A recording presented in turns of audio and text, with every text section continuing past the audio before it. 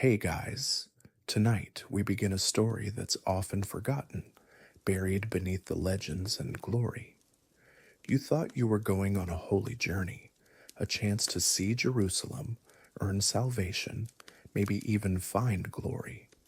But now you're cold, sick, and lying in the mud outside a city you can't even name.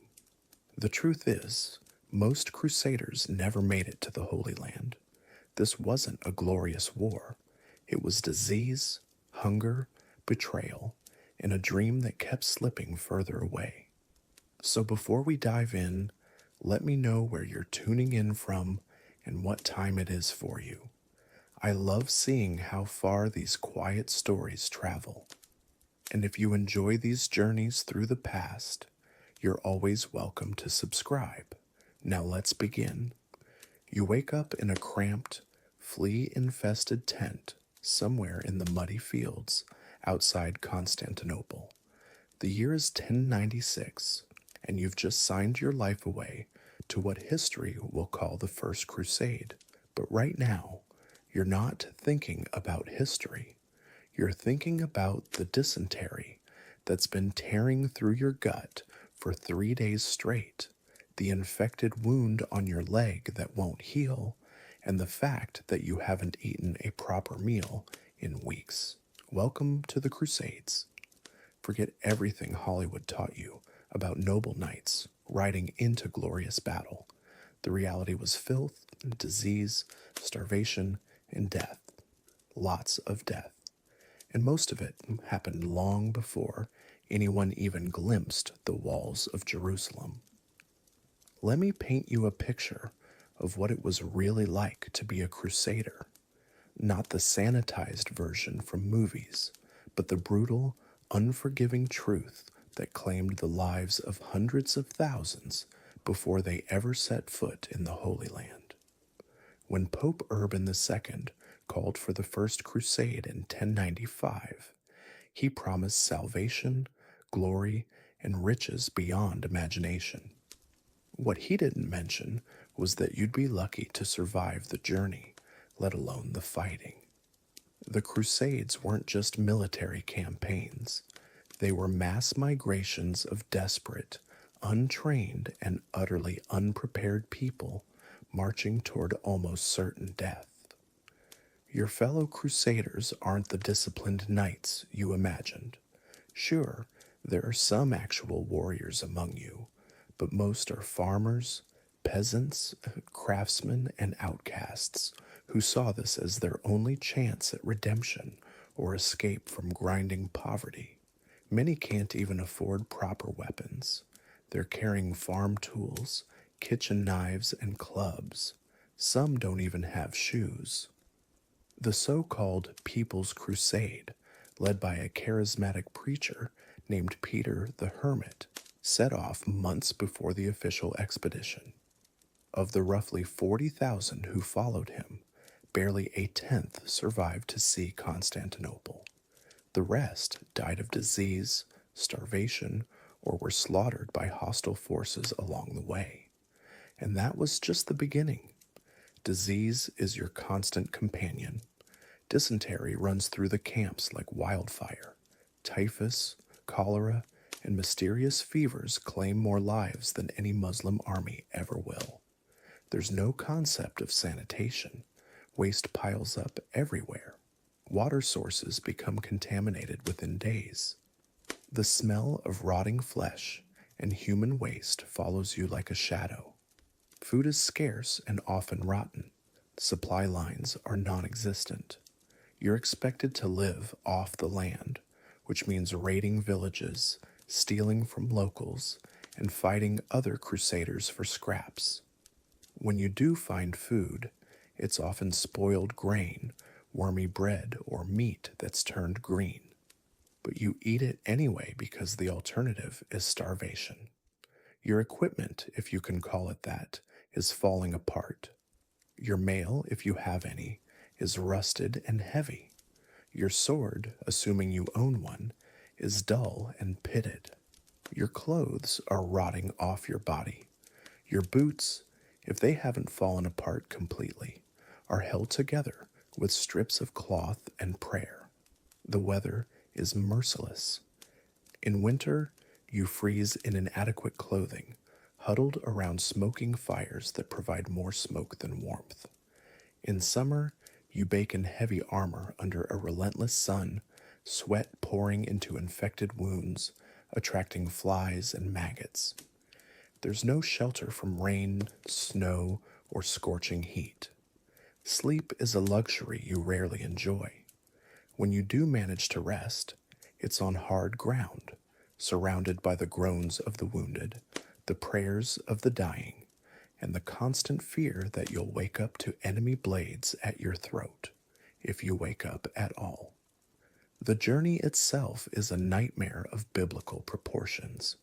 You're walking hundreds, sometimes thousands of miles across hostile territory, mountains that seem designed to break your spirit, deserts that suck the life from your bones, rivers that drown the weak and unwary.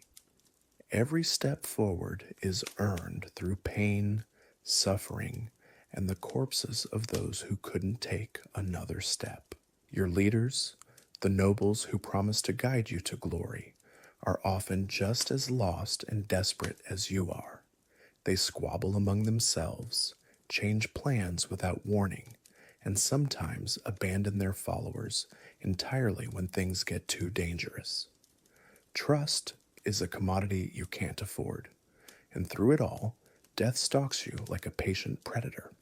Not the clean, heroic death of battle, but the slow, grinding death of disease, exposure, and despair.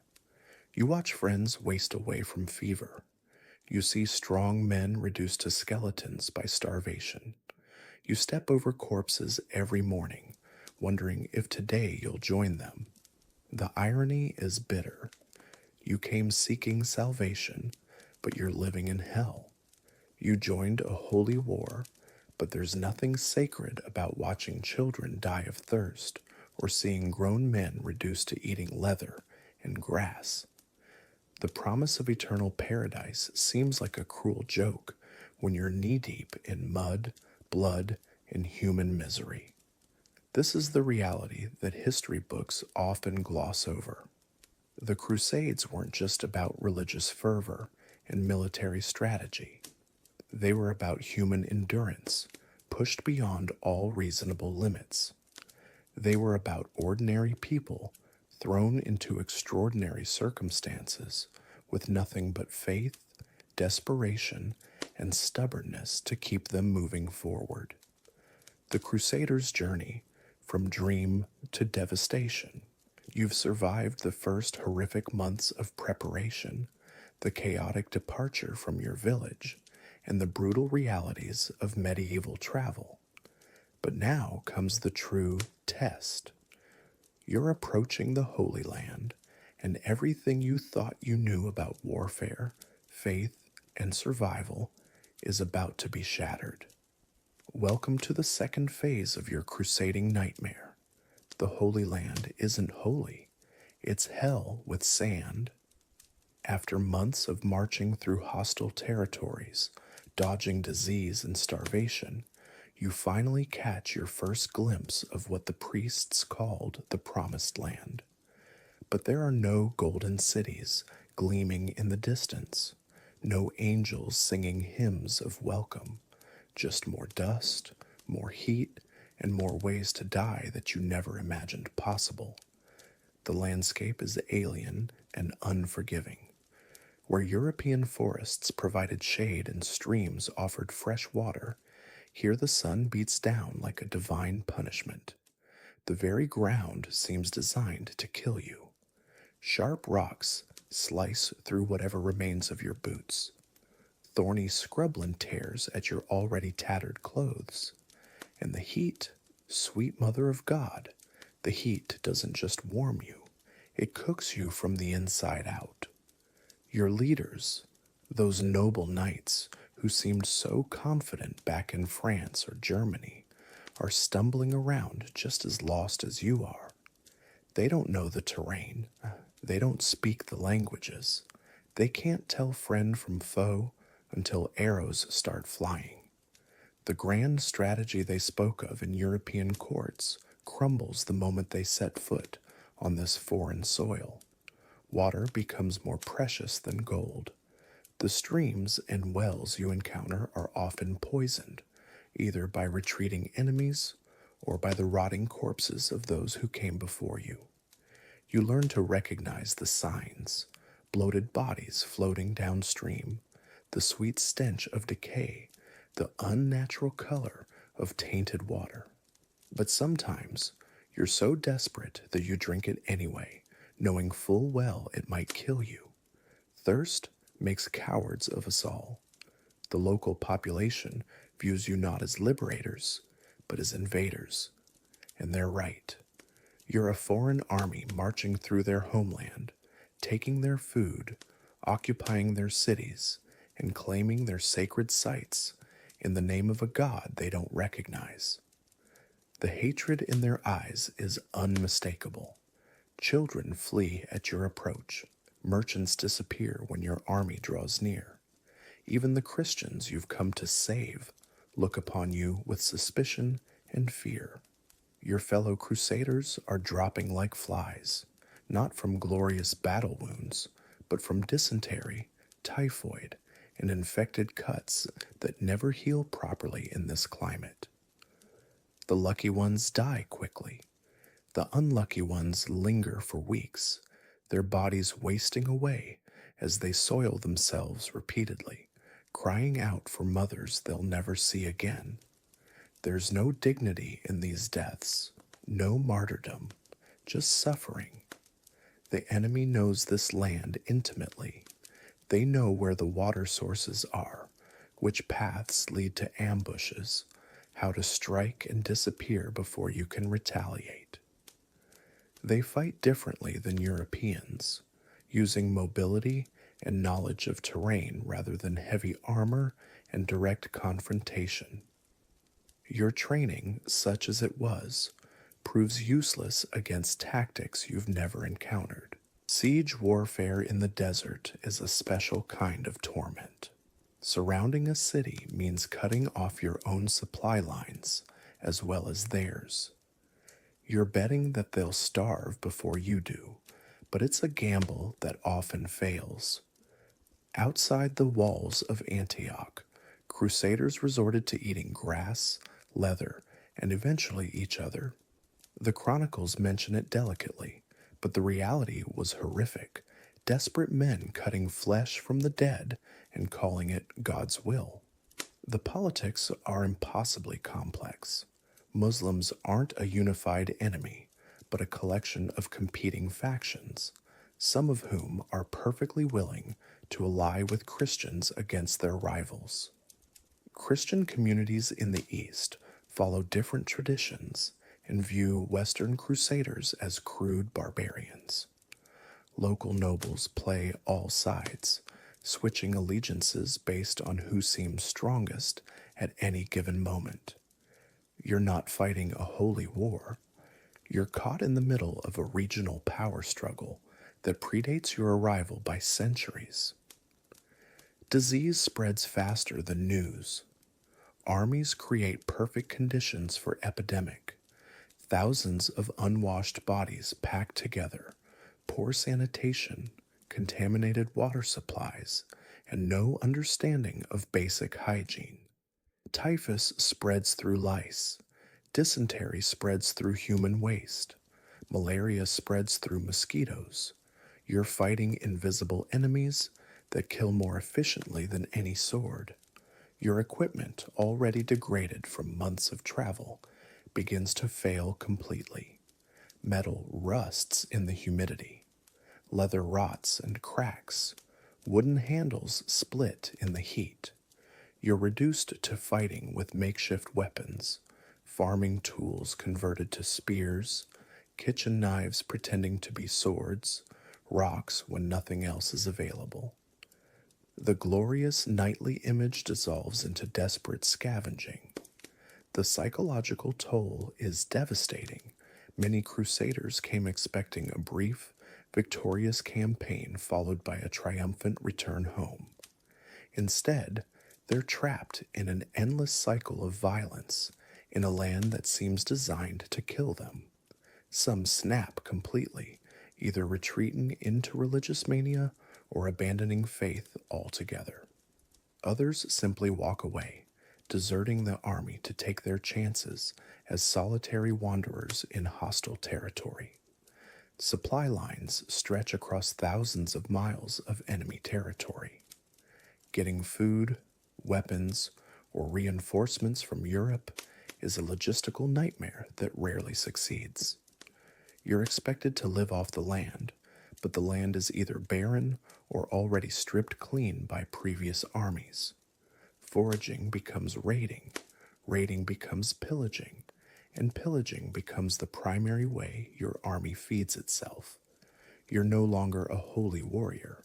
You're a desperate bandit with a cross sewn to your clothes. The weather is another enemy entirely. Desert storms blind you with sand and separate you from your companions. Flash floods sweep away camps and equipment. The temperature swings from unbearable heat during the day to shocking cold at night. Your body never adjusts. You're always either sweating or shivering, always uncomfortable, always on the edge of collapse. Even when you win battles, the victory feels hollow. Cities taken through siege are often empty shells, their populations fled or dead, their wealth already removed or destroyed. The great treasures you expected to find have been hidden or spirited away. You're left holding ruins and wondering what exactly you've accomplished beyond adding to the body count. The journey home, if you survive to attempt it, is just as deadly as the journey out. Fewer ships are available for transport. Overland routes are even more dangerous now that local populations know what European armies are capable of. Many who survive the Crusade itself die on the return journey, their weakened bodies finally succumbing to diseases they picked up in the Holy Land. Your faith, once a source of strength, becomes a source of confusion and doubt. Where is God in this senseless carnage? Why do the righteous suffer while the wicked prosper? Why does the Holy Land feel more cursed than blessed? Some crusaders cling even more desperately to religious explanations, convincing themselves that suffering is a test or that victory is just around the corner. Others lose faith entirely, becoming cynical about the church that sent them and bitter about the cause they served. The crusade you joined to save your soul may have damned it instead. You've killed in God's name, stolen from the innocent, and watched good men die for causes you no longer understand. The person who left Europe filled with holy purpose is gone, replaced by someone harder, more desperate, and infinitely more broken. This is the reality that awaited most crusaders, not the glorious holy war promised by preachers, but a grinding campaign of attrition in an alien land. The Holy Land didn't need to be conquered by European armies.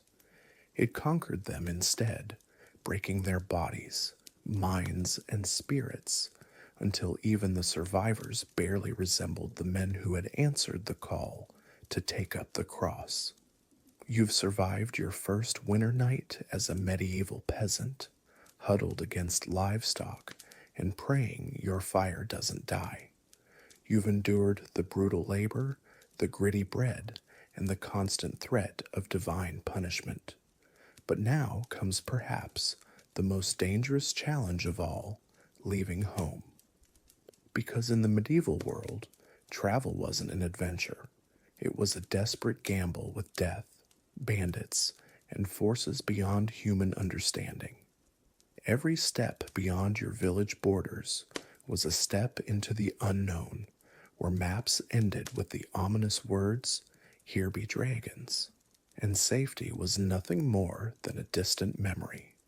The roads, if you could call them that, were little more than dirt tracks carved by countless feet and wagon wheels.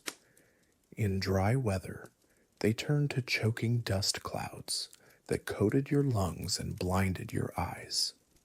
In wet weather, they became rivers of mud so deep that horses disappeared up to their bellies, and travelers found themselves trapped for days, watching their supplies dwindle while praying the next group of riders approaching through the mist were merchants, not murderers. But you had to travel. Maybe your lord demanded taxes be delivered to a distant castle. Maybe famine had driven you to seek work in another village. Maybe pilgrimage called, promising salvation in exchange for suffering. Whatever the reason, medieval people couldn't simply stay put forever. Trade needed to flow, messages needed carrying, and life demanded movement, even when movement meant dancing with death. The first rule of medieval travel was simple: never go alone. Solitary travelers were easy prey for the wolves, both four-legged and two-legged, that prowled the wilderness. Merchants banded together in heavily armed caravans. Pilgrims moved in groups, their shared prayers offering psychological comfort, if not physical protection. Even messengers, whose speed was their primary defense, often traveled in pairs when possible, but even in groups, danger lurked everywhere. Bandits haunted every forest path and mountain pass, knowing exactly where to strike for maximum effect. These weren't romantic highway robbers with codes of honor. They were desperate men, often former soldiers or displaced peasants, who had learned that taking was easier than earning. They knew the roads, they knew the hiding spots, and they knew that a merchant's purse or a traveler's pack might be the difference between their family eating or starving. The attacks came without warning. A fallen tree blocking the path ahead, suspicious movement in the tree line, the whistle of arrows from unseen archers. In seconds, a peaceful journey could transform into a massacre. Those who survived often arrived at their destination, stripped of everything valuable, grateful simply to be breathing. Then there were the wolves, real ones this time, not metaphorical. Medieval Europe was still wild, and hungry packs roamed freely, especially during harsh winters when their usual prey grew scarce. Travelers told stories of glowing eyes surrounding their campfires, of desperate battles fought with nothing but torches and crude spears, of companions who simply vanished into the darkness, their screams echoing through the forest until dawn. But perhaps most terrifying of all were the supernatural threats that every medieval traveler knew lurked in the shadows. This was an age when people genuinely believed in demons, ghosts, and creatures that defied explanation. Forest spirits that led travelers astray. Phantom horsemen who appeared at crossroads, demanding tolls paid in souls rather than silver. Shapeshifters that took the form of innocent travelers, only to reveal their true nature when their victims were miles from help.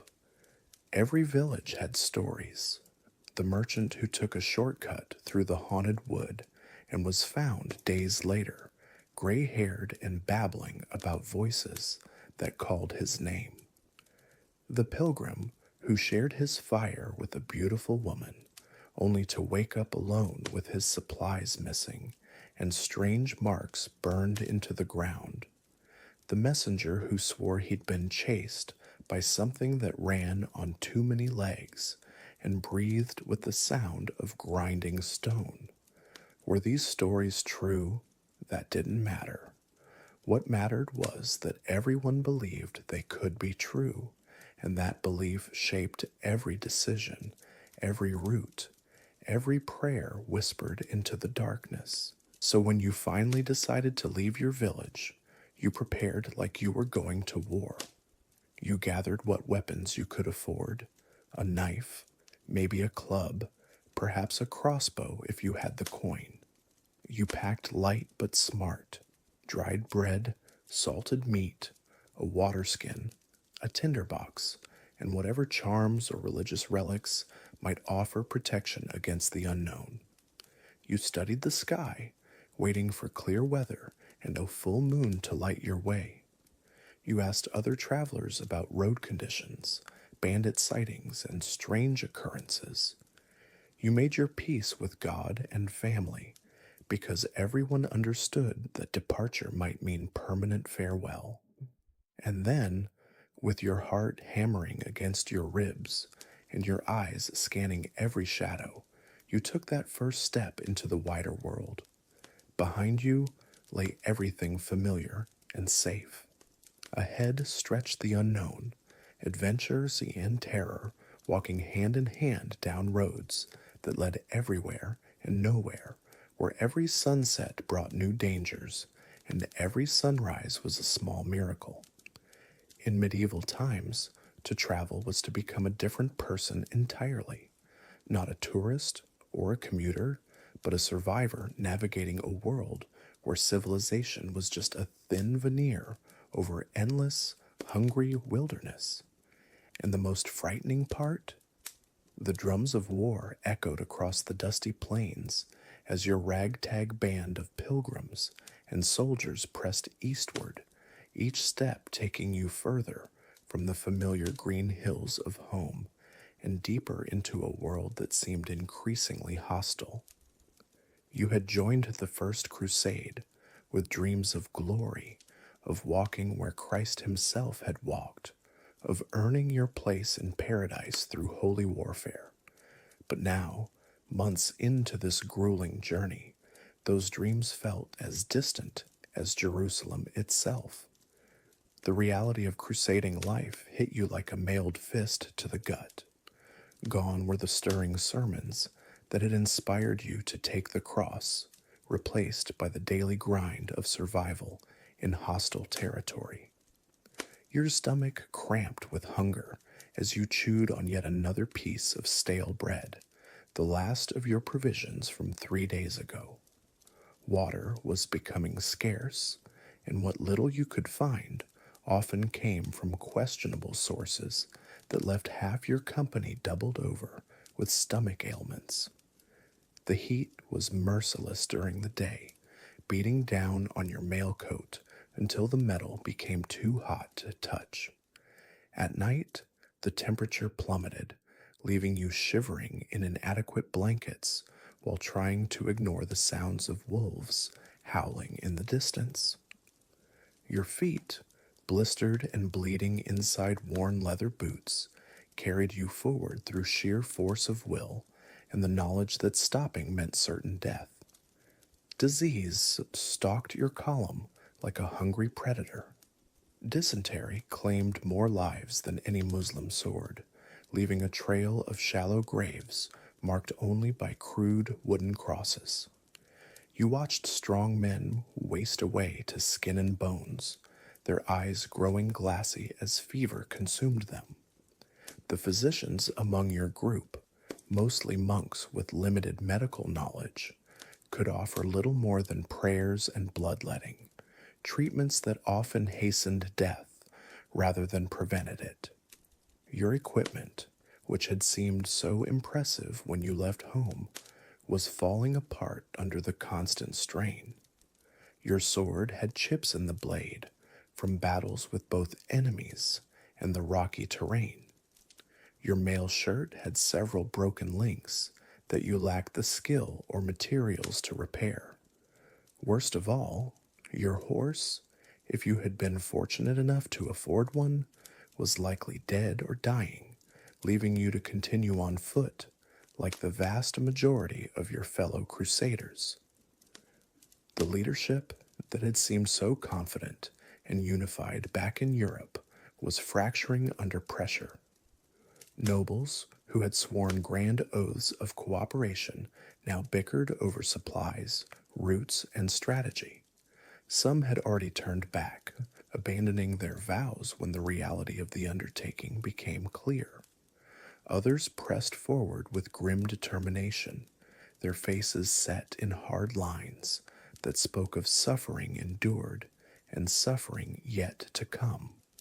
As you trudged through yet another day of endless marching, you began to understand a terrible truth.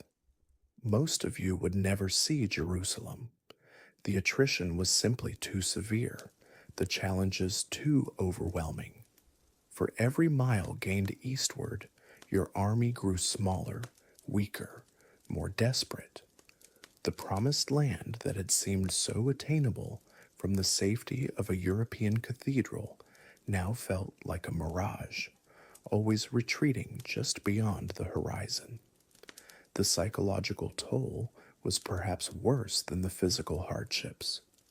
You had left home believing yourself to be a soldier of God, destined for glory and salvation. Now you felt more like a refugee, fleeing from one disaster only to stumble into the next. The certainty that had filled your heart when you first took the cross was replaced by doubt, fear, and a growing understanding that you had embarked on something far more terrible than you had ever imagined. Still, you pressed forward because turning back meant facing the shame of a broken vow and the certainty of damnation. Better to die on the road to Jerusalem than to live as an oath breaker. But with each passing day, as more of your companions fell by the wayside, that choice began to feel less like heroism and more like stubborn folly. By the time you hear the first war cry echo across the frozen plains, you've already learned something crucial about surviving a crusade. You'll likely die before your boots had touched the sacred soil of Jerusalem. The year is 1096, and Pope Urban II has just unleashed one of history's most catastrophic mass movements. What follows isn't the noble quest painted in stained glass windows, but a grinding nightmare of disease, starvation, and betrayal that will consume armies before they even glimpse the Holy Land. The moment you take the cross, sewing that red fabric onto your tunic in some drafty church, you've signed your own death warrant, but you don't know it yet. The priest speaks of glory, of sins washed clean in righteous blood, of eternal paradise awaiting the faithful. What he doesn't mention is the dysentery. What he fails to describe is watching your friends waste away from fever in Syrian deserts. What he cannot prepare you for is the moment you realize that God, if he's watching at all, seems remarkably indifferent to your suffering. Let's be clear about what you've actually volunteered for. This isn't a military campaign in any modern sense. You're part of a massive, chaotic migration of perhaps 100,000 souls, peasants and his knights, priests, merchants, criminals seeking redemption, and madmen seeking death. Most of you have never traveled beyond the next village. Now you're walking to the edge of the known world. The first thing that kills crusaders isn't Muslim armies or siege engines, it's hope. Within weeks of departure, the grim arithmetic of medieval logistics begins its work. An army of 100,000 people requires roughly 100,000 pounds of food per day. They need water, shelter, medicine, and horses. None of this exists in any organized form. Instead, you forage, you steal, you starve, or you die, often all four in sequence. Consider the route itself. From Western Europe to Jerusalem is roughly 2,500 miles on foot, through the Balkans, across Anatolia, down through Syria. Much of this journey takes you through hostile territory, where local populations view your holy army as an invasion force, which, to be fair, it is. You're moving through lands recovering from their own wars, places where harvests have failed, regions where plague has recently passed. You're competing for resources that barely sustain the people already there. The weather becomes your constant enemy. Summer heat in the Anatolian plateau reaches levels that would challenge modern soldiers with proper equipment and hydration. You're wearing wool and leather, carrying weapons, and whatever possessions you couldn't bear to leave behind. Men collapse from heat exhaustion and are left beside the road like discarded baggage. Winter brings different horrors: exposure, frostbite, and the terrible choice between burning your possessions for warmth or freezing to death. Water, when you can find it, is often contaminated.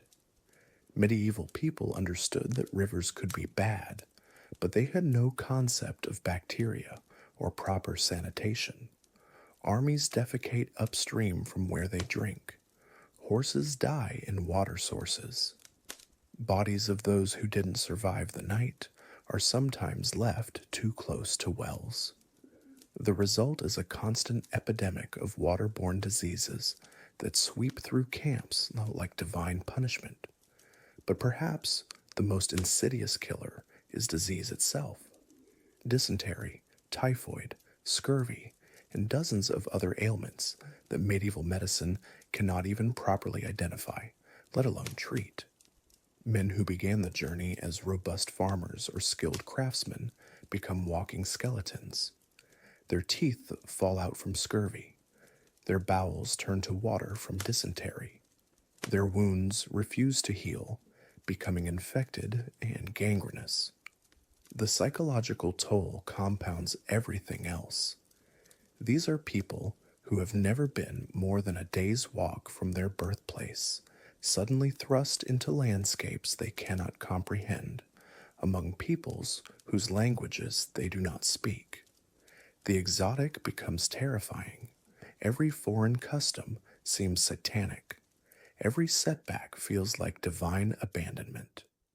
Men who joined seeking spiritual redemption find themselves committing atrocities that would have horrified them in their home villages. And through it all, the leadership, such as it exists, remains focused on the ultimate goal: Jerusalem. The holy city becomes less a place than an idea, a distant promise that justifies any amount of present suffering. But with each passing month, each depleted village, each mass grave left in your wake, that promise becomes more abstract, more impossible. The siege warfare, when you finally reach fortified cities, brings its own special horrors. Medieval siegecraft means months of encampment outside city walls, during which disease spreads faster in the cramped conditions. You're eating whatever can be foraged from the surrounding countryside, which has usually been stripped bare by previous armies. Cannibalism, though rarely spoken of in official chronicles, becomes an open secret. Those fortunate enough to survive the journey to Jerusalem, perhaps 20,000 of the original 100,000, arrive not as triumphant Christian warriors, but as hardened, traumatized survivors of a continental scale disaster. They have witnessed and participated in massacres. They have watched children starve. They have abandoned friends to die of fever in foreign lands.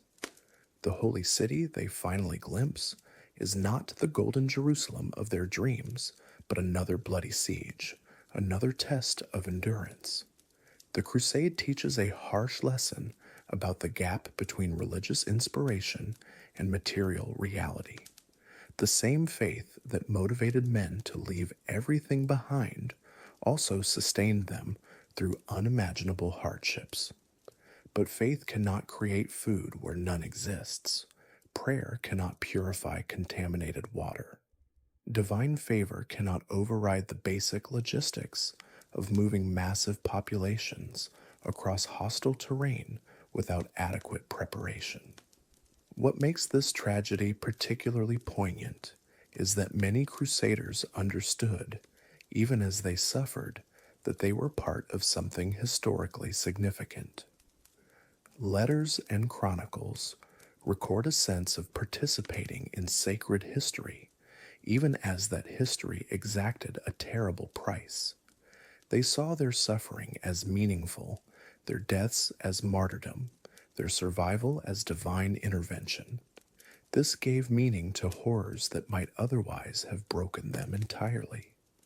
The First Crusade succeeded in the sense that it captured Jerusalem, but success came at a cost that would be considered catastrophic by any modern standard. The majority of participants died en route. Entire regions were devastated by the passage of hungry armies. Communities were destroyed, families scattered, economies disrupted. The Holy Land was conquered, but at the price of a demographic catastrophe across 2 continents. For the individual crusader, the experience was one of constant disillusionment, punctuated by moments of transcendent purpose. You joined believing in a divine mission and found yourself stealing bread from Syrian peasants. You expected to fight glorious battles and instead spent months dying slowly of dysentery. You sought spiritual purification and discovered depths of brutality within yourself that you never knew existed. Yet somehow, paradoxically, many who survived emerged with their faith intact or even strengthened. The very extremity of their suffering became proof of their devotion. Having endured the unendurable, they could believe they had been tested by God and found worthy. Their survival was its own miracle, their return home a resurrection. The Crusades represent one of history's great examples of how religious enthusiasm can motivate extraordinary human effort while simultaneously blinding people to the practical impossibility of their goals. The gap between inspiration and implementation cost hundreds of thousands of lives and shaped centuries of conflict between Christian and Muslim worlds. Understanding this history helps us grasp why the Crusades remain such a powerful and controversial symbol. They represent both the heights of medieval religious devotion and the depths of its destructive potential. They show how ordinary people can be mobilized for extraordinary undertakings, and how those same undertakings can consume the very people they were meant to save. The next time you see a romantic depiction of crusading knights, remember the reality behind the myth. Remember the peasant who died of fever outside Constantinople, never seeing the Holy Land. Remember the merchant who spent his life savings on equipment and supplies, only to lose everything to bandits in the Balkans. So you've somehow survived the trek across hostile territory. Your feet are a patchwork of blisters and scabs. Your stomach gnaws at your spine like a starving rat. But guess what? The worst part isn't behind you. It's right in front of you, because now you have to fight. And medieval combat isn't some romantic sword duel with honor and chivalry. It's a sweaty, terrifying, blood-soaked mess where most people die from getting stepped on by a horse or stabbed in the back while they're taking a leak. Let's start with your equipment, which is generous calling it equipment. You've got a rusty sword that's seen better centuries, a wooden shield that's already cracking from the journey, and maybe some leather padding that smells like the inside of a dead cow. If you're incredibly lucky, you might have a helmet, probably dented and probably stolen from someone who died wearing it. Most crusaders fought in whatever they could scavenge or afford, which wasn't much. The wealthy knights got proper armor and trained war horses. You got a sharp stick and a prayer. Your first battle is nothing like the songs. There's no dramatic trumpet fanfare or inspiring speeches. One moment you're standing in a field wondering where your next meal is coming from. The next moment there are arrows whistling over your head and men screaming in languages you don't understand. The noise is overwhelming. Steel on steel, horses neighing, men shouting orders in French that you can't comprehend, and underneath it all, the wet, horrible sounds of people dying. You're pressed shoulder to shoulder with other terrified peasants, most of whom have never held a weapon in anger before last month. The man next to you vomits on his own feet. The man behind you is praying so loudly you can hear him over the chaos. Someone pushes you forward, and suddenly you're stumbling across uneven ground toward an enemy line that looks like a wall of sharp metal and bad intentions. Medieval warfare was brutal in ways that would make modern soldiers weep. There were no rules of engagement, no Geneva Convention, no mercy for the wounded. When armies clashed, it was a feeding frenzy of violence, where survival meant being willing to do things that would haunt your dreams forever. You stab someone in the kidney and watch them die slowly in the mud. You step over bodies that are still twitching. You learn that courage isn't about being fearless. It's about being absolutely terrified and moving forward anyway. And here's what really happened to most crusaders in battle. They died badly, not heroically charging into glorious combat, but tripping over their own feet and getting trampled by cavalry, getting lost in the chaos and wandering into enemy lines by accident, catching an arrow in the throat while trying to figure out which direction they were supposed to be fighting. Medieval battles were confusion and panic punctuated by moments of pure terror.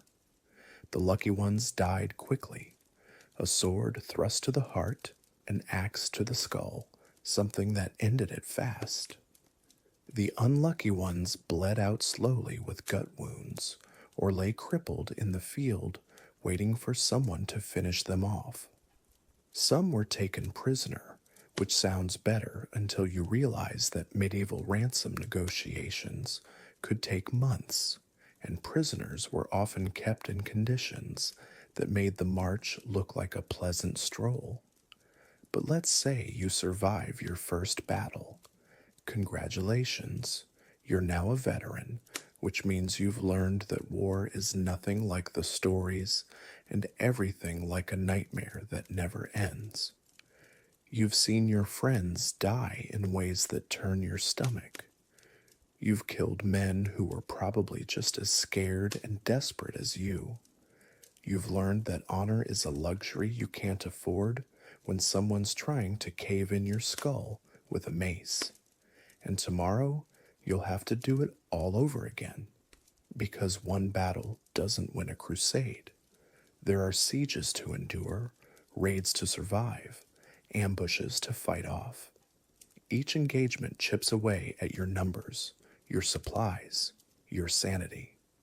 The grand army that left Europe is now a collection of traumatized survivors held together by desperation and the increasingly hollow promise that Jerusalem will make it all worthwhile. The reality is that most crusaders never made it to the Holy Land at all. They died in some forgotten valley, fighting over a bridge or a well or a bag of grain. Their bones bleached in foreign soil while their families back home waited for news that would never come. As darkness fell over the Crusade camp, you faced the most dangerous enemy of all, other crusaders. The Holy Land attracted every kind of person imaginable, and not all of them had pure intentions. Among the pilgrims and warriors marched thieves, cutthroats, escaped criminals, and desperate men with nothing left to lose. The crusade was their chance at redemption, But old habits died hard. Theft was rampant. Your meager possessions, a spare tunic, a worn pair of boots, a precious knife, had to be guarded constantly. Men would steal from the dying, rob the wounded, and pick through the belongings of the dead before their bodies were even cold. If you fell asleep without someone watching your back, you might wake up with nothing but the clothes on your body. If you woke up at all, violence between crusaders was shockingly common. Arguments over food, water, or the few coins someone might possess could escalate into bloody fights within minutes. Men who had traveled thousands of miles to fight infidels would just as readily kill each other over a moldy piece of bread or a sip of wine. The commanders tried to maintain order, but with armies numbering in the tens of thousands, control was often impossible. Gambling was another constant source of conflict. Desperate men would bet their weapons, their food rations, even their clothes on games of dice or cards. Losing meant facing the Holy Land naked and defenseless. Winning often meant making enemies who might try to reclaim their losses with a blade in the dark. The mixing of different cultures and languages made everything worse. French knights looked down on German peasants. Italian merchants distrusted Byzantine guides. Norman soldiers mocked English farmers. These tensions, combined with hunger, disease, and the constant threat of death, created a powder keg that could explode at any moment. Women in the crusading armies faced particular dangers. Despite the church's attempts to discourage them, many women joined the Crusades as pilgrims, servants, or camp followers. They were vulnerable to assault, exploitation, and abuse from their supposed Christian brothers. Many were forced into prostitution simply to survive. Others were abandoned when they became sick or injured. Even the clergy weren't immune to the violence and corruption. Priests and monks were robbed, beaten, and sometimes killed by their fellow crusaders. Some clergy members themselves became part of the problem, using their religious authority to exploit desperate pilgrims or to settle personal scores. The irony was bitter. Men who had taken sacred vows to reclaim the Holy Land for Christ were murdering, robbing, and raping each other before they even reached Jerusalem. The very people who should have been your brothers in arms became your greatest threat. You learned quickly that in a crusade, trusting the wrong person could be more deadly than facing a Saracen army. As you huddled in your corner of the camp, listening to distant arguments and the occasional scream, you realized a horrible truth. The enemy wasn't just waiting in the fortified cities ahead. The enemy was sleeping right next to you, wearing the same cross on his chest, speaking the same prayers. In the darkness of the crusade camp, every shadow could hide a killer, and every crusader could be your last. The political situation was even more treacherous than the physical dangers. The First Crusade wasn't a unified army with a single purpose.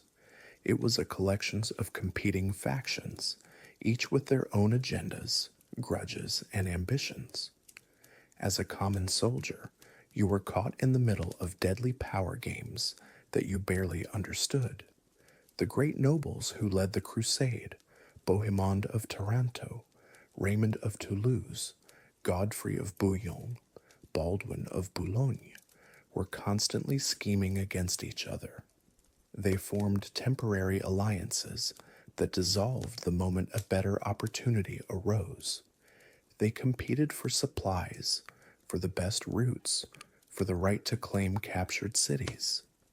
Their rivalries often erupted into open conflict, with their followers drawn into battles that had nothing to do with the holy mission.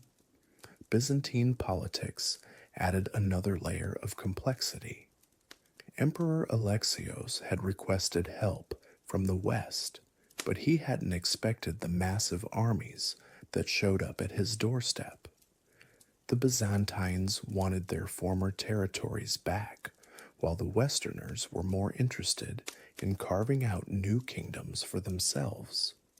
This fundamental disagreement poisoned relations from the start. You witnessed heated arguments between Western knights and Byzantine officials over supplies, routes, and military strategy. The Byzantines, who had been fighting Muslims for centuries, were dismissed as cowards and heretics by many crusaders. In return, the Byzantines saw the Westerners as ignorant barbarians who would ruin any chance of diplomatic solutions. Local Christian populations added yet another complication. After decades or centuries of Muslim rule, many Eastern Christians had developed ways of coexisting with their Muslim neighbors. They didn't always welcome the violent liberation offered by the Crusaders. Some actively collaborated with Muslim defenders against the Western invaders, seeing them as a greater threat to their way of life. Intelligence was often unreliable or deliberately false. Guides might lead armies into ambushes, either because they were working for the enemy or because they were settling old scores with particular crusading leaders.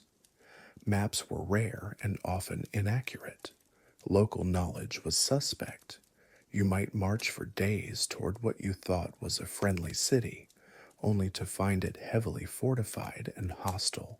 Supply agreements made in Constantinople might be ignored by local officials hundreds of miles away. Promises of safe passage could evaporate when political situations changed. Treaties signed one day might be broken the next when a new ruler took power or when circumstances shifted. As a foot soldier, you were completely at the mercy of these political machinations. Orders would come down to march in one direction, then suddenly change to another route entirely. You might be told to prepare for a siege, only to find yourself retreating because of some diplomatic development you knew nothing about. The worst part was never knowing who to trust. The knight giving you orders might be planning to betray his fellow commanders. The priest offering spiritual guidance might be working for a rival faction. The merchant selling you supplies might be inflating prices because of some political deal you'd never hear about. This constant uncertainty, combined with the physical hardships, created an atmosphere of paranoia and desperation. Men made alliances based on survival rather than loyalty. Information became a valuable commodity to be hoarded or sold. Trust became a luxury few could afford. You learned to read the signs of shifting alliances, to watch for the subtle indicators that suggested which way the political winds were blowing. Exhaustion and desperation. By now, you've survived the political intrigue, the casual betrayals, and the constant risk of being trampled by a horse with poor peripheral vision.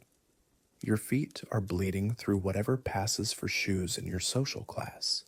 Your back aches from months of sleeping on straw that's more stick than cushion, and your stomach has given up growling. It just whispers sad little complaints now, like a disappointed monk. But here's where the Crusades get truly medieval on your soul. The creeping, bone-deep exhaustion that comes not from a single hard day, but from months of barely surviving each one. You wake up tired, you march tired, you fight tired, you pray tired, and somewhere along the way, you stop feeling tired because tired becomes your natural state, like having brown eyes or an unpronounceable surname. The human body wasn't designed for this kind of sustained punishment. Modern soldiers get rotation schedules, supply drops, medical evacuation, and counseling. Medieval crusaders they got to carry their own infected wounds while walking through a desert, hoping the next oasis wasn't a mirage or an ambush.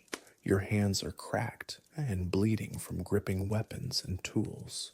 Your shoulders are permanently hunched from carrying whatever gear you haven't sold, lost, or had stolen. Your knees sound like two rocks grinding together every time you stand up. And that's if you still have both knees. Plenty of crusaders hobbled toward Jerusalem on makeshift crutches because turning back meant admitting that God's plan included them becoming a casualty statistic. Sleep becomes a luxury you can't afford, even when you desperately need it. You're too hungry to sleep deeply, too cold to stay comfortable, and too paranoid to fully relax. Because even in your own camp, surrounded by fellow Christians on a holy mission, someone might slit your throat for your boots or your bread, or just because they've snapped under the pressure and you looked at them wrong. Mental exhaustion compounds the physical breakdown. You've seen things that would make a horror novelist weep. Friends dying from infected cuts, entire villages burned to ash, children starving in the ruins of their homes. You've probably done things that would have horrified the person you were before you took the cross, because survival strips away your moral luxury items pretty quickly. The worst part? You're not even halfway there yet. Jerusalem is still hundreds of miles away, assuming you're even going in the right direction. Your maps are wrong, your guides keep disappearing, and your leaders spend more time arguing about who gets to plant their banner first than actually getting you anywhere. This is where many crusaders simply stopped, not died, not deserted, just stopped. They'd sit down by the side of whatever passed for a road and stare at nothing. Some would eventually get up and keep walking. Others would still be sitting there when the next group passed through, months later, like human scarecrows marking the trail with their silence. The chronicles don't talk much about this part. They prefer the dramatic battles and divine visions.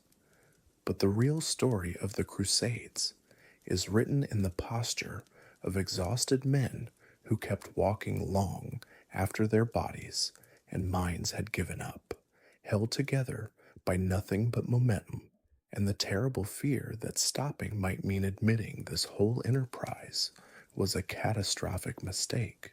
And you keep walking too, because what else is there to do?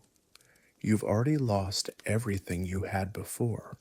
You've survived the dust, the blood, and the endless marching.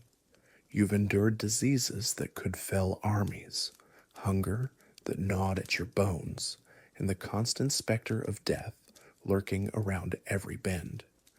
Your crusading brothers have fallen by the thousands, and the Holy Land still seems impossibly distant. But somehow, against all odds, you've made it this far. And now, as you stumble through yet another barren landscape, battered and broken, you're about to face what might be the most crushing realization of all. You were never supposed to reach Jerusalem alive. The great lie of the First Crusade wasn't just about religious fervor or political manipulation. It was about numbers, cold, brutal mathematics. The lords and nobles who preached this holy war from their comfortable castles knew exactly what they were doing. They needed bodies, thousands upon thousands of them, to throw at the fortified cities of the east. They needed a human tide to absorb arrows, siege engines, and the fury of defenders who had no intention of surrendering their homes. You were never a holy warrior destined for glory. You were ammunition, expendable, replaceable, and ultimately disposable. The leadership understood what modern military strategists call attrition warfare. For every fortified position taken, for every city wall breached, hundreds would die. And those deaths weren't tragic accidents of war, they were part of the plan. Consider the siege of Antioch, one of the bloodiest engagements of the entire crusade. The city had stood unconquered for centuries, its massive walls rising like cliffs from the surrounding plains. When the crusading army arrived in October 1097, they found themselves facing an impossible task. The city was too large to surround completely, too well fortified to storm directly, and too well supplied to starve out quickly. So they settled in for a siege that would last 8 grueling months. 8 months of watching your companions waste away from hunger and disease. 8 months of desperate raids for food that often ended in slaughter. 8 months of watching the wealthy knights retreat to whatever comfort they could find, while common soldiers like yourself froze in makeshift shelters outside the walls. The leaders knew this would happen. They had studied the campaigns of earlier military expeditions. They understood that sieges were wars of endurance, and endurance meant acceptable losses. When they calculated how many men they would need to take Antioch, they didn't just account for the soldiers required to breach the walls. They factored in the thousands who would die from starvation, the hundreds who would succumb to disease, and the countless others who would fall to enemy sorties and desperate raids. You weren't part of a glorious army. You were part of a statistical projection. The nobles had their maps, their supply calculations, their estimates of enemy strength, and somewhere in those cold deliberations, your life had already been written off as a necessary cost of doing business. The most chilling part wasn't the calculation itself, but how casually it was accepted. When Bohemond of Taranto planned his strategies, when Godfrey of Bouillon organized his forces, when Raymond of Toulouse distributed supplies, they spoke of acceptable losses with the same detachment a merchant might discuss damaged goods. 30% casualties taking the outer defenses, 50% losses in the final assault.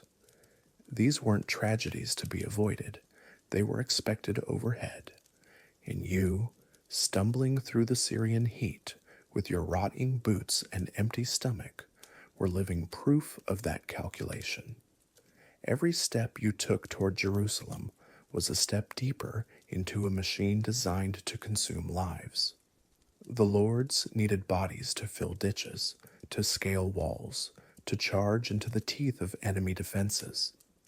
They needed men so desperate, so committed, so far from home that retreat was impossible. The recruitment had been carefully orchestrated for exactly this purpose. They didn't just want volunteers, they wanted people with nothing left to lose. Landless peasants, younger sons with no inheritance, criminals seeking redemption, debtors fleeing their obligations, people who could disappear without destabilizing the social order back home, people whose deaths wouldn't create powerful enemies or disrupt important alliances. This is why the preaching of the Crusade had been so deliberately emotional, so focused on spiritual rewards rather than earthly ones.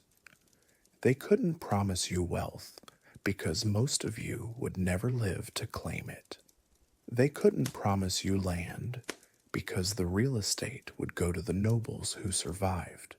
All they could offer was the hope of salvation, and salvation required martyrdom. Even the timing of the crusade revealed the cold pragmatism behind the religious rhetoric. It launched during a period of relative stability in Western Europe when surplus population was becoming a problem rather than an asset. Too many young men with too little opportunity, creating potential for unrest and rebellion. The crusade was a pressure valve, channeling that dangerous energy toward a distant target where it could be safely expended. You had been herded like cattle toward a slaughterhouse, except the slaughterhouse was dressed up as a holy mission. Every sermon about heavenly glory, every blessing from local priests, every tearful farewell from family members had been part of an elaborate performance designed to make you willing participants in your own destruction. And now, as you drag yourself through another endless day of marching, the truth becomes unavoidable. The leaders aren't trying to get everyone to Jerusalem. They're trying to get enough people to Jerusalem, enough to overwhelm the defenses, enough to absorb the casualties, enough to claim victory, even if 90% of the original army lies rotting in unmarked graves across Anatolia and Syria. The brilliant cruelty of it all was that it worked precisely because most of you believed in the cause. Your faith made you willing to endure suffering that would break rational men. Your hope for salvation made you accept conditions that should have triggered mutiny. Your trust in divine providence made you march forward even as every piece of evidence suggested you were walking toward your doom. You weren't just expendable, you were designed to be expendable. And the most crushing realization of all was that your expendability was what made the entire enterprise possible. Without men willing to die for an impossible dream, there could be no crusade.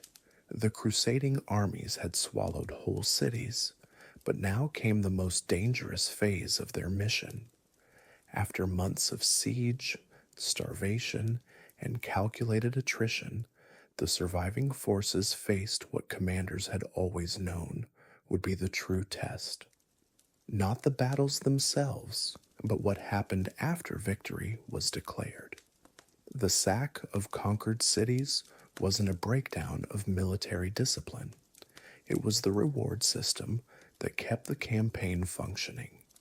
Soldiers who had marched hundreds of miles watched their brothers die of disease and starvation and risked everything for promises of salvation and plunder, expected payment. And that payment came in the form of 3 days of unrestricted pillaging once a city fell. What followed wasn't glory. It was methodical destruction. Houses were stripped of anything valuable. Churches, despite their sacred status, were looted for gold, silver, and precious relics. Civilians, regardless of age or faith, became targets for violence, enslavement, or worse. The very people the Crusaders claimed to be liberating often suffered as much under Christian occupation as they had under Muslim rule. But here's where the crusading machine revealed its true nature. This wasn't random chaos born of religious fervor. It was economic strategy. The wealth extracted from conquered territories funded the continuation of the campaign. Gold and silver were melted down to pay soldiers and purchase supplies. Slaves were sold to fund the next siege. Sacred relics were shipped back to Europe, where they would generate donations for future expeditions. The commanders understood that without these incentives, their armies would disintegrate. Men who had joined for spiritual reasons found themselves trapped in a system that demanded increasingly brutal compromises. Those who had come for wealth discovered that survival itself had become the primary currency, and those who still believed in the religious mission watched helplessly as their holy war transformed into something unrecognizable. Cities that surrendered faced a different fate, but not necessarily a better one. Negotiated surrenders often involved massive tribute payments, the handover of strategic fortifications, and the exiles or execution of local leaders. The population might be spared wholesale slaughter, but they would face years of occupation, taxation, and the constant threat that any resistance would trigger the same treatment given to cities that had fought to the end. The psychological toll on the Crusaders themselves was immense. Many had left Europe believing they were embarking on a sacred pilgrimage, a chance to wash away their sins through holy warfare. Instead, they found themselves participating in acts that would have been considered war crimes in any other context. The cognitive dissonance was crushing. How could they be doing God's work while committing atrocities against fellow Christians, Jews, and Muslims alike? Religious leaders attempted to provide justification through increasingly convoluted theological arguments. Enemy civilians were labeled as heretics deserving punishment. Looting was reframed as the righteous claiming of wealth from the ungodly. Violence was portrayed as divine judgment executed through human hands. But these explanations grew thinner with each conquered city, each mass grave, each convoy of slaves heading back to European markets. The reality was that the crusading armies had become self-perpetuating engines of conquest and exploitation. They needed constant victories to maintain morale and funding. They required fresh targets to keep the promise of wealth alive, and they depended on the systematic dehumanization of their enemies to justify the increasingly desperate measures needed for survival. For many crusaders, the moment of realization came not in battle, but in the aftermath. Standing in the ruins of a city they had just liberated, surrounded by the bodies of people who had committed no crime other than living in the wrong place at the wrong time, they began to understand what they had become, not soldiers of Christ, but cogs in a machine designed to extract wealth and project power through organized violence. The letters that survive from this period tell a story of men struggling to reconcile their actions with their beliefs. Some doubled down on religious justification, convincing themselves that any act committed in service of the crusade was automatically sanctified. Others fell into despair, unable to process the gap between what they had expected and what they had experienced. Many simply stopped writing home altogether, unable to find words that could bridge the distance between their former selves and what they had become.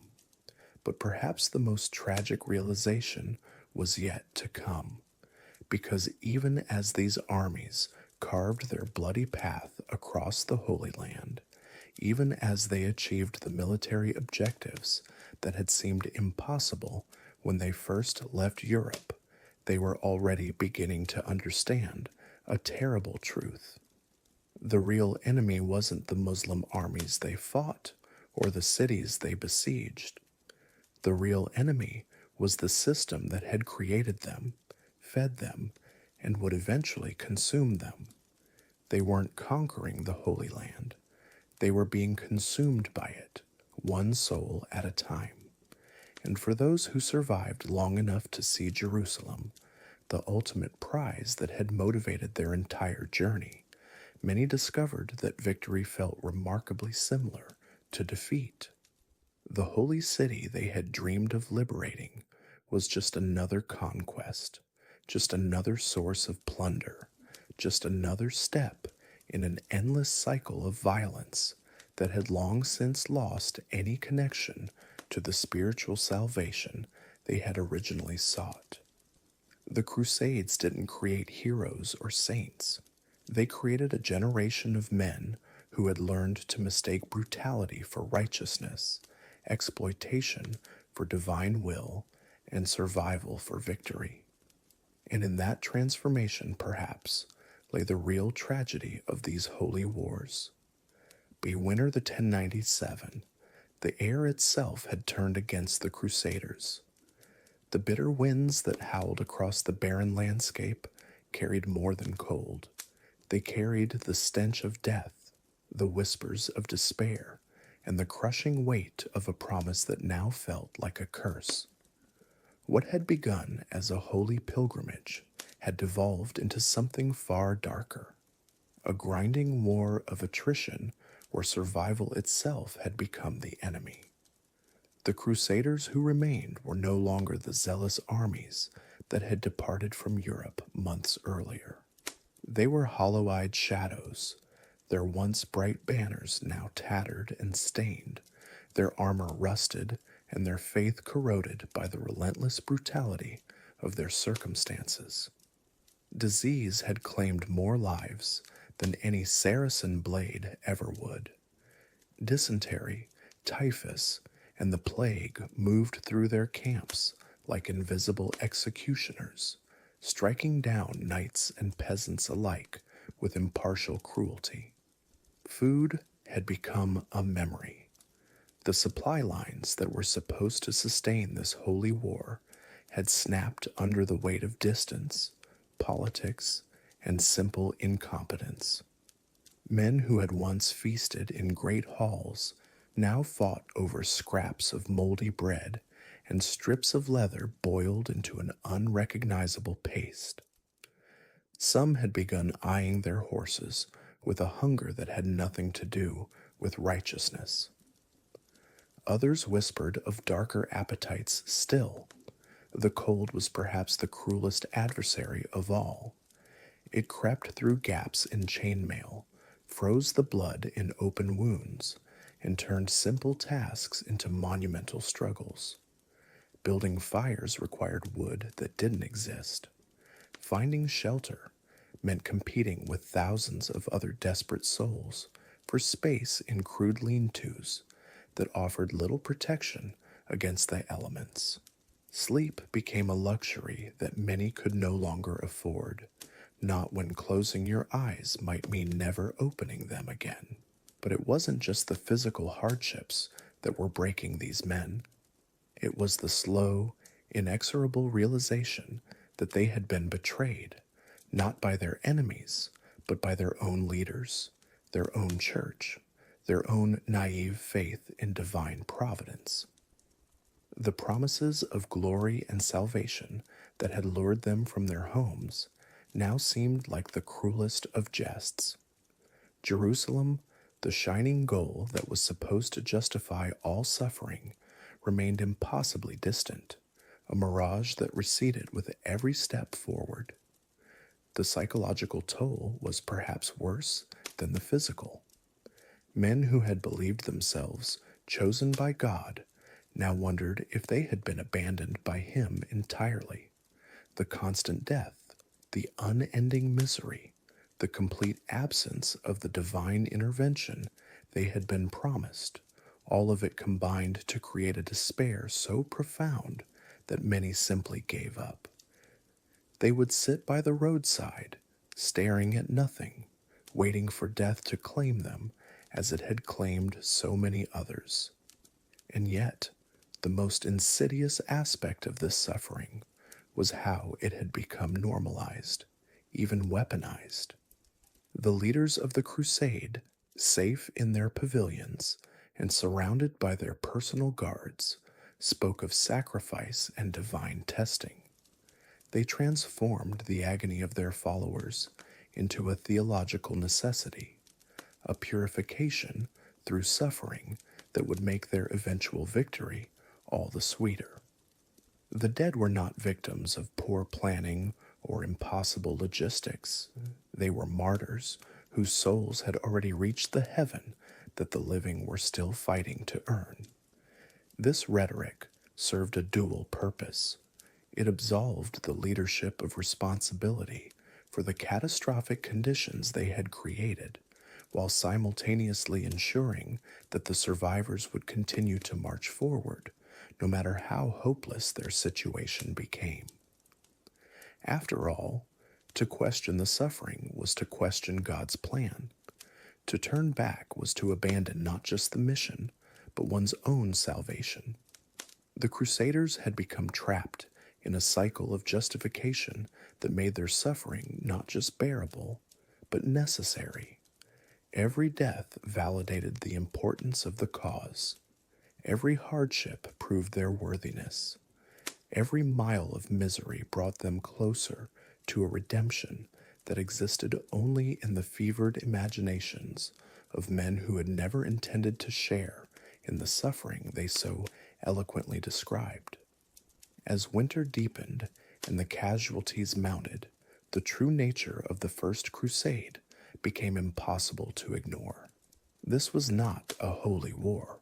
It was a meat grinder, consuming lives with mechanical efficiency while producing nothing but more death, more suffering, and more elaborate justifications for both. The Crusaders marched not toward Jerusalem, but toward their own destruction, carried forward by momentum, desperation, and the terrible weight of sunk costs. The irony was bitter and complete.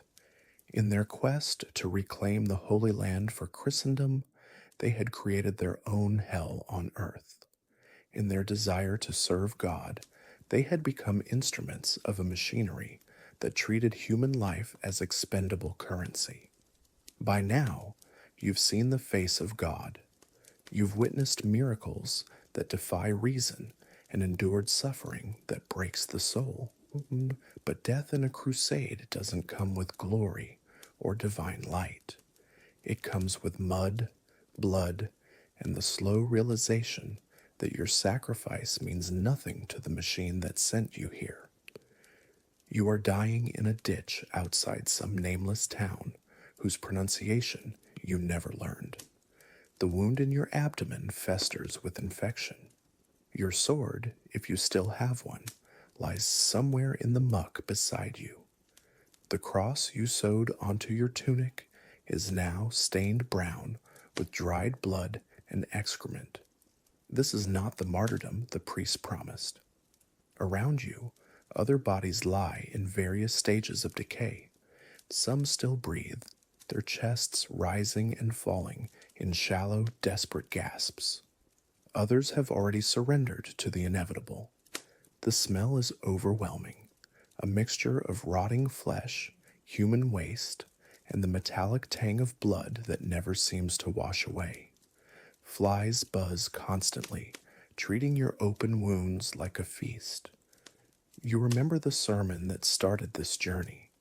The priest stood before your village, his voice booming with divine authority, promising eternal salvation for those who took up the cross. He spoke of Jerusalem as if it were paradise itself, waiting to embrace the faithful.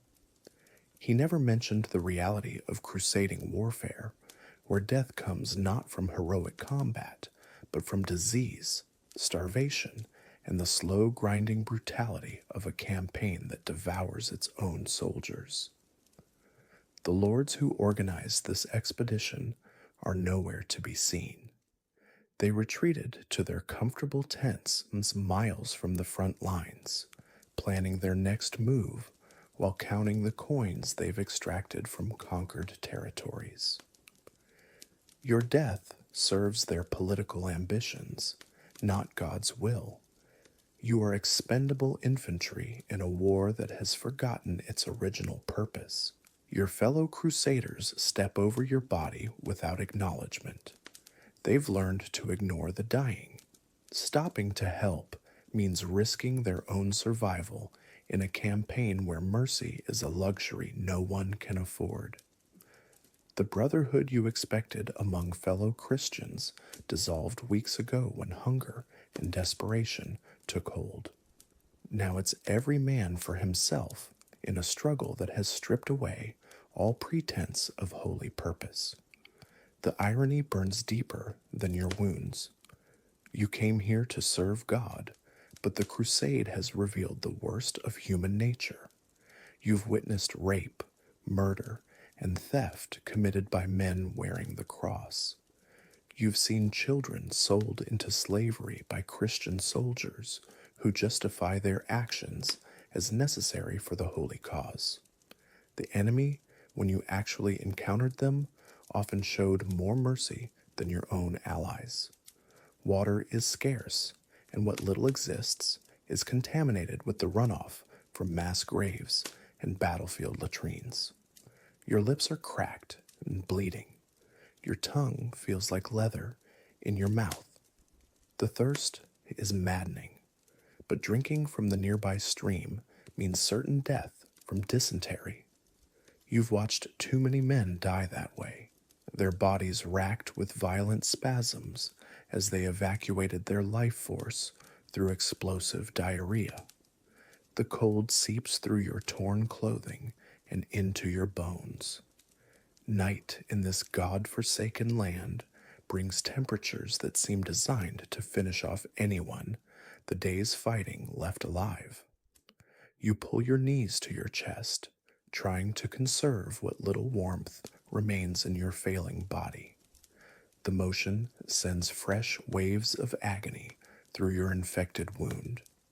You think about home, but even those memories feel contaminated now. How can you explain what you've seen to people who still believe in the righteousness of this cause?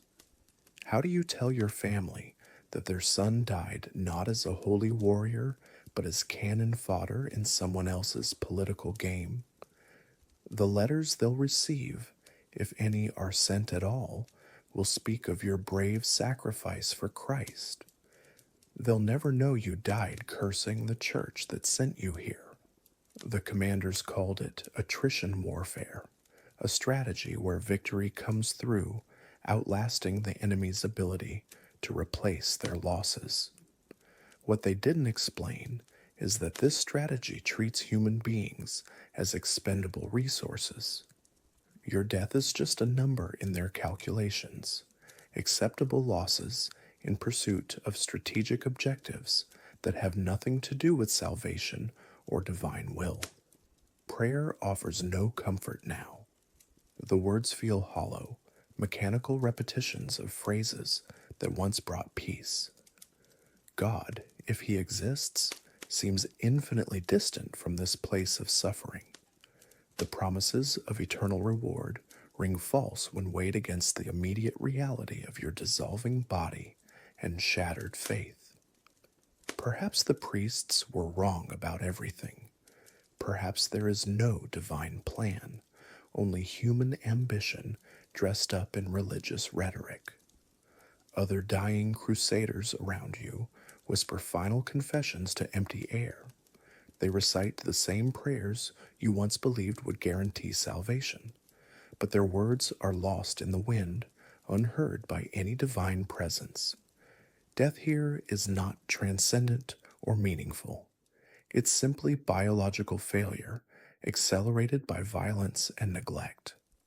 The campaign's true purpose becomes clear in your final moments. This was never about liberating holy sites or serving God's will. It was about redirecting Europe's internal violence outward, about providing opportunities for ambitious nobles to gain land and wealth, about giving the church political control over secular rulers. You and thousands like you were the fuel fed into this machine of exploitation. Your body begins to shut down systematically. Your vision blurs as blood loss and infection overwhelm your system. Your hearing fades until the sounds of the ongoing campaign become distant echoes. Even pain begins to recede as your nervous system fails. This is how most crusaders die, not in glorious battle, but through the slow collapse of biological functions in conditions no human should endure. The ground beneath you is saturated with the blood of previous casualties. This dirt has absorbed the life force of countless young men who believed they were serving a higher purpose. Now it claims you as well, another offering to the insatiable appetite of a war that devours its own participants. Your death will fertilize nothing more noble than the weeds that grow over forgotten battlefields. As consciousness fades, you understand the final truth about the Crusades. They were never about religion or righteousness. They were about power, wealth, and the manipulation of faith to serve earthly ambitions. The cross you wore was not a symbol of divine love, but a brand marking you as property of forces that cared nothing for your soul or salvation. Your last breath escapes as just another whisper lost in the wind of a campaign that will continue long after your body has rotted away. No one will remember your name or your sacrifice. The clerks keeping records, if they bother at all, will mark you down as another casualty in service to God. But you know better now. You died in service to nothing more sacred than human greed and ambition. The crusade will claim thousands more before it ends, and it will end not in divine victory, but in exhaustion, political compromise, and the same cynical calculations that started it. Jerusalem, if it's ever reached, will be just another conquered city, its liberation temporary, and its cost in human suffering immeasurable. The Holy War will become just another chapter in the endless cycle of violence that defines human history. And so you die as you lived in this crusade, forgotten by commanders, abandoned by allies, and betrayed by the institutions that promised salvation in exchange for your life. Your death teaches the ultimate lesson about these holy wars. They were never holy, and the only winners were those who stayed home to count the profits extracted from the faithful's suffering and sacrifice.